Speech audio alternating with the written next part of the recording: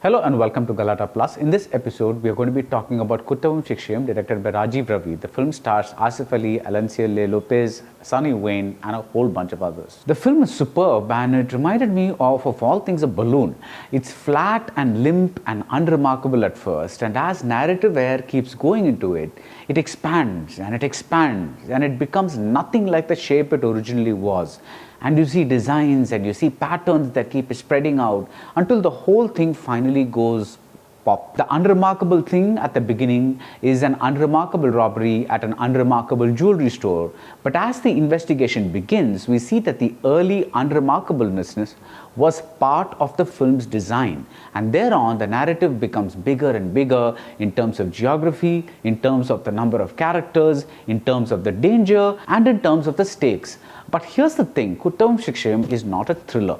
The ballooning effect, it happens due to painstaking and minute procedural details that keep pumping air into the narrative.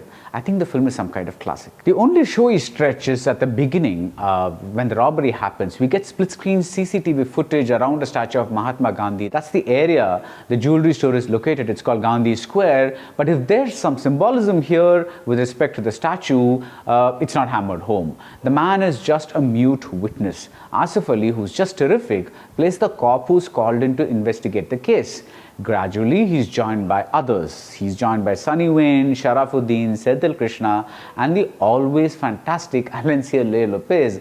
And as the investigation gets underway, we get an interstate cops and robbers story that plays like Dhiran Adhikaram Ondru, but without the action thriller flavor. Instead, we get to see what an investigation is really like. We get to see leads that turn out to be damp ends, dead ends. We get to see a young man who uses a separate phone to talk to his girlfriend.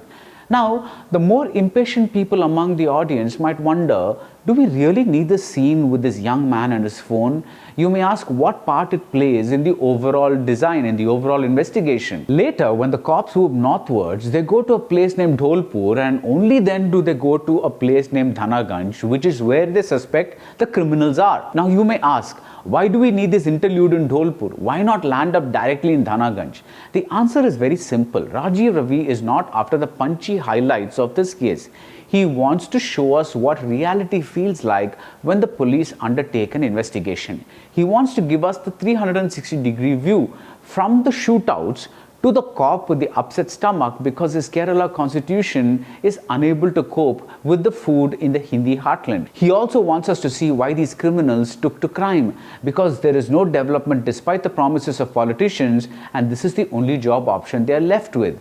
These micro observations are fantastic, especially because they are so understated and because they paint such a vivid macro picture. Here are some more details. I'm just going to throw some out so you get a bit of the flavor. The female SP in Kerala who speaks in fluent English versus the male cops up north who speak in Hindi. The offhand reminder that up north, beef is no longer a food item but a word that cannot be uttered.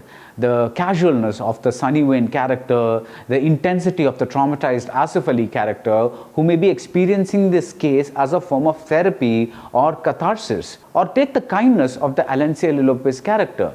Is he really a kind cop? Does his kindness really come from the bottom of his heart? Or is his kindness towards criminals a sort of strategy to prevent being targeted by them after they are released?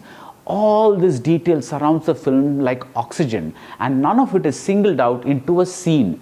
You may notice something like a hotel with a partly caved in wall. You may notice something like Asif Ali draining a glass of alcohol in one big gulp.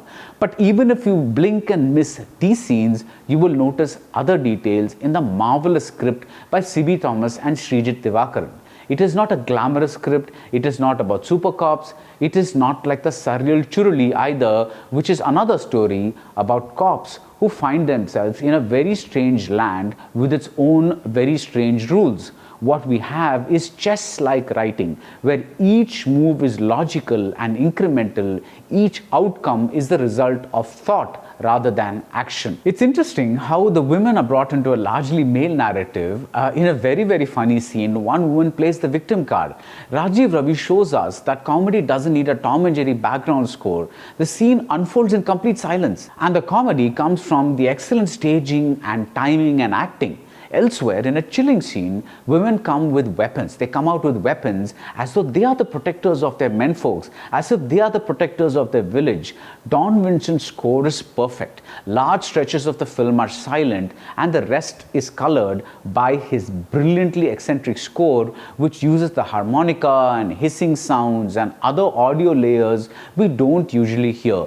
That fits right into a film filled with details we don't usually see. This is a film that painstakingly accumulates the ordinary and balloons into something extraordinary. So that's it about Kuttavum Shikshayum. If you like this review, do subscribe to Galata Plus and see you soon at the movies.